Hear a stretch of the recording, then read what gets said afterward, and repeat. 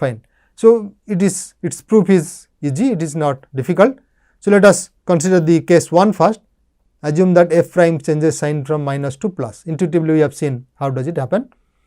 We want to show that f x has a local minimum at x equal to c. So, suppose it changes sign from minus to plus, then that means there exists a delta, a neighborhood, where in c minus delta to c f prime is 0, less than 0, and in c to c plus delta on the right side neighborhood f prime is bigger than 0. That is the meaning of changes sign from minus to plus. On the left it is minus, on the right it is plus. Okay. So, this would say f prime x less than 0 means f x is decreasing on c minus delta to c, and this greater than 0 will say it is increasing on c to c plus delta, and that shows that f x is greater than or equal to f of c for every x in c minus delta to c, right, because it is decreasing to f of c, it is increasing, it is from f c it is increasing after f c, right. So, it is decreasing and it is increasing. So, c is there. So, now f of x will be greater than or equal to f of c for every x. Okay. So, that means that would give us that f x has a local minimum at x equal to c. That is clear? Okay. So, similarly, we will prove 2 and 3. Only the sign changes will occur. Similarly, the inequalities will be changed there. Fine. So, now we can really formulate how to use this information to test for local maxima and minima, but only at the critical points. So, let C be a critical point of f of x. So, this domain we forget, critical point of f of x. So, of course, C should be inside the domain, but we can think of this to be not only interior point, but the end points also. Now, for the interior point, that theorem is applicable, and we have already discussed about left and right end points. So, we formulate like this. Let C be a critical point of f. F prime x changes sign from minus to plus at x equal to c would give that x equal to c is a point of local minimum of f of x. Minus to plus gives local minimum, and f prime x changes sign from plus to minus at c means the critical point c is a local maximum of f x. Now, at the end points, say x equal to c is a left end point of the domain of f x. If f prime x is less than 0 on c to c plus delta, that is the only possible neighborhood, relevant one. C minus delta to c is not relevant here. So, if it is less than 0, that means f will be, it is less than 0. So, f will be decreasing, then there is a point of local minimum of f x, okay, at x equal to c. See, if f prime x is less than 0, so that means f is decreasing at the end. So, this is our A. So, it is decreasing means right end it will be going like this. So, this should be a local minimum. Now, if it is bigger than 0, so that means it is increasing, right. So, it is f prime x is bigger than 0 on c to c plus delta, and c is a left end point. So, what happens? It is bigger than 0. So, it is increasing, f is increasing. So, that would give, there is some problem here. You have f prime x is less than 0 on c to c plus delta. So, this is your c, this is c plus delta. Here f prime is less than 0. So, that means f will be decreasing, right. So, it would look something like this, right. And if f prime x is bigger than 0, then f will be increasing. So, this will be applicable. Then it should be the other way around, it should be local maximum and this should be local minimum. We can find from the picture if there is some problem, of course. So, you look at the picture, here you have the left endpoint A, what is happening? F prime is bigger than 0 on the right neighborhood. So, once that happens, it is bigger than 0, that should be a local minimum here, right. So, positive to the right neighborhood means it should be local minimum. Is that clear? So, let us say it is positive. So, if it is positive, then it should be local minimum, and if f prime x is less than 0, it is this way, it should be decreasing. So, it should be local maximum, and suppose it is a right endpoint on the other side, here it is a right endpoint, then f prime x is less than 0, one of the neighborhoods is only relevant, c minus delta to c. So, c minus delta to c is relevant. Now, f prime x is less than 0. So, f is decreasing there. So, that means it will decrease to this. That means this should be your local minimum. That is correct. Now, if f prime x is bigger than 0 on c minus delta to c, then it is increasing. So, to this way f of c. So, that means at c it should be a local maximum, that is what it says. Is that right? So, you have to really remember this thing, but as you see there is nothing much to remember, you can simply resort back to your geometrical notion and set it right. Okay. So, let us apply this test on some problems. Say first example, we are asked to find all local maxima and minima for the function f x equal to x plus sin x.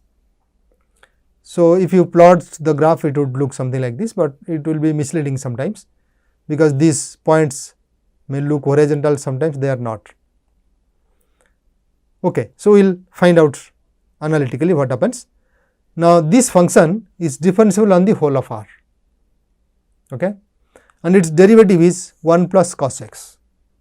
Then we should find its critical points. So, when is it 0? 1 plus cos x equal to 0 means cos x equal to minus 1. So, one solution, first solution is pi, x equal to pi, but due to periodicity there will be 2n pi added to it. So, all our critical points are here, 2n plus 1 into pi for n belonging to z, that is n is an integer. So, this will have your phi, 3 pi, 5 pi and so on the one side. On the other side you have minus pi, minus 5 minus 2 pi minus 3 pi and so on. So, all these points are the critical points of this. Now, at these critical points we must find out whether there is a maxima or minima or something, right. So, you have to look for the change of sign in f prime. Now, what happens for f prime? If you take f prime at any of these points, that is 0. Now, suppose you take any x which is not of the form 2n plus 1 into pi, then it will be 1 plus cosine of that something, right, c, which is not equal to 2n plus 1 pi, but cosine of c is always remaining between minus 1 to 1, right. This lies between minus 1 to 1, and this is equal to 1, equal to minus 1 at those points, otherwise it is not. So, it is not equal to minus 1, that means cosine c here is greater than minus 1, but can be equal to 1 when c is not one of these points. So, when you take 1 plus cosine c, it is always bigger than 0, right. So, since it is bigger than 0, the function is increasing throughout. So, if it is increasing throughout, it does not have a local maximum or local minimum. So, even these critical points are not points of extremum, that is what we conclude, fine. Okay. So, this has no local maxima or minima. Let us take another example. Suppose f is a function defined on the closed interval minus 1 to 2, and it is given by f of x equal to x to the power 1 by 3 times x minus 4, which is x to the power 4 by 3 minus 4 times x to the power 1 by 3. Fine. So, this is also defined everywhere. Negative also it is negative, positive it will be positive, 1 by 3 is there, and x minus 4 takes care of the other, whether it is less than or greater than 0. Okay. Now, we are asked to find the intervals where the function is increasing or decreasing, and basing on that find the local maxima minima, find the absolute maxima minima of this function f x. Okay. So, for this we have to first we take the derivative. Okay. So, the derivative is f prime x equal to, it is x to the power 4 by 3 minus 4 times x to the power 1 by 3. So, it is 4 by 3 and x to the power 4 by 3 x to the power 1 by 3. This 1 by 3 should be here,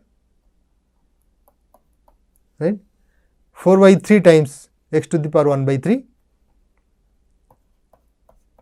3 x to the power 1 by 3 minus x to the power 1 by 3. So, that is again 4 by 3 x to the power minus 2 by 3. That is how it looks. Okay. So, where is it equal to 0? What are the critical points? We see that this is on the top. Okay. So, it vanishes for x equal to 1. At that point this is also 1 and the x to the power 1 by 3 is also 1. So, it vanishes for x equal to 1, and it is not defined for x equal to 0 because x to the power minus 2 by 3 is involved, right.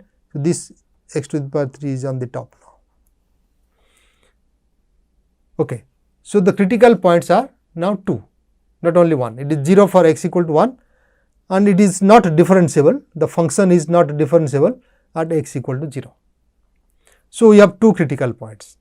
Of course, the function is continuous on the closed interval minus 1 to 2. So, we can apply our earlier reasoning. Now, at these 2 points what happens to the function? It divides again the whole of minus 1 to 2 into intervals. One is minus 1 to 1, another is minus 1 to 0, another is 0 to 1 and another is 1 to 2. So, there are 3 intervals you get, fine, because there are 2 critical points. Okay. So, we consider these 3 intervals and find out whether the function is increasing or decreasing in these intervals, fine. So, now when you take minus 1 to 0, it has the same, because it is 0 there, f prime is also continuous except at 0, that point where it is not defined. So, there is same behavior throughout these intervals of the function. If it is increasing, it is increasing throughout the interval. If it is decreasing, it is decreasing throughout the interval. That behavior can change from these 3 intervals to intervals. So, inside minus 1 to 0, if you take f prime of minus half, it is really less than 0. So, that gives us that f prime is less than 0, is negative in this interval minus 1 to 0. Of course, you can directly argue now. And similarly, f prime at half is also less than 0. So, on 0 to 1, this is also less than 0. But f prime 3 by 2 is greater than 0. So, on 1 to 2, it is greater than 0. So, there is only change of sign at 1. There is no change of sign at 0, right. And this sign change happens like this. F prime is minus on minus 1 to 0, also minus on 0 to 1. At 0 it is not defined, and plus on 1 to 2. Okay.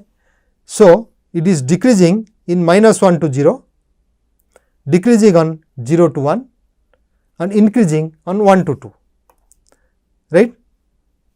So, that means f x is decreasing throughout minus 1 to 1 except at that point 0 where it is not defined, and increasing on 1 to 2. So, it does not have a local extremum at x equal to 0, because at 0 there should be a change of sign, but there is no change of sign here, right. It is same minus throughout from minus 1 to 1 itself except that 0, neither from minus to plus nor from plus to minus from the when you go from left side of 0 to right side of 0. But at 1 there is some change, right. So, at 1 it is f prime is changing sign from minus to plus, right, at 1. So, there is a point of local minimum at f of x, right. F is decreasing on the left of it and increasing on the right of it. So, f has a local minimum at x equal to 1, and the value of this local minimum is of course f of 1, which is minus 3. Then at the end points we have to also consider the end points, right, it is a closed interval. So, we have the end points now minus 1 and 2. Now, at minus 1 only the right neighborhood is relevant, left neighborhood is not relevant. So, what we do? We see to the right of x equal to minus 1. To the right of it, it is minus 1 to 0, where the function is decreasing, that is f prime is less than 0, right. So, since f prime is less than 0, it is decreasing, f is decreasing at the end point, left end point minus 1. So, at minus 1 there is a local maximum, okay, that is what it says, and the local maximum value is f of minus 1 equal to 5. You just substitute minus 1 there and get. What about the other end point? We have the end point as 2. So, at x equal to 2 only the left neighborhood is relevant, and on the left neighborhood, which is 1 to 2, f prime is bigger than 0, f is increasing. So, f is increasing like this, again there is a maximum there, right. So, there is a local maximum at x equal to 2, and its value is of course, it is not simple integers like earlier, it is minus 2 to the power 4 by 3. So, now you can compare all these values, whatever maximum minimum values you have got, and find out your absolute maximum and absolute minimum. So, for comparison let us list them out. F of minus is 5, f of 0 is 0, 0 was also a critical point, f of 1 equal to minus 3, f of 2 equal to minus 2 to the power 4 by 3. So, had you just taken the critical points without coming to local maximum minimum, you would have got also the same thing for the absolute maximum or minimum. But at the end points we will not say they are critical, they will be taken as end points and evaluated. So, critical points are 0 and 1, end points are minus 1 and 2. So, evaluate all those points and compare them, find out that the absolute minimum is minus 3, which occurs at 1, and absolute maximum is 5, which occurs at minus 1, right. So, that is how we will be proceeding to solve problems basing on information of the first derivative, coming to increasing decreasing nature, and then thinking about maxima minima. Okay. So, let us stop here.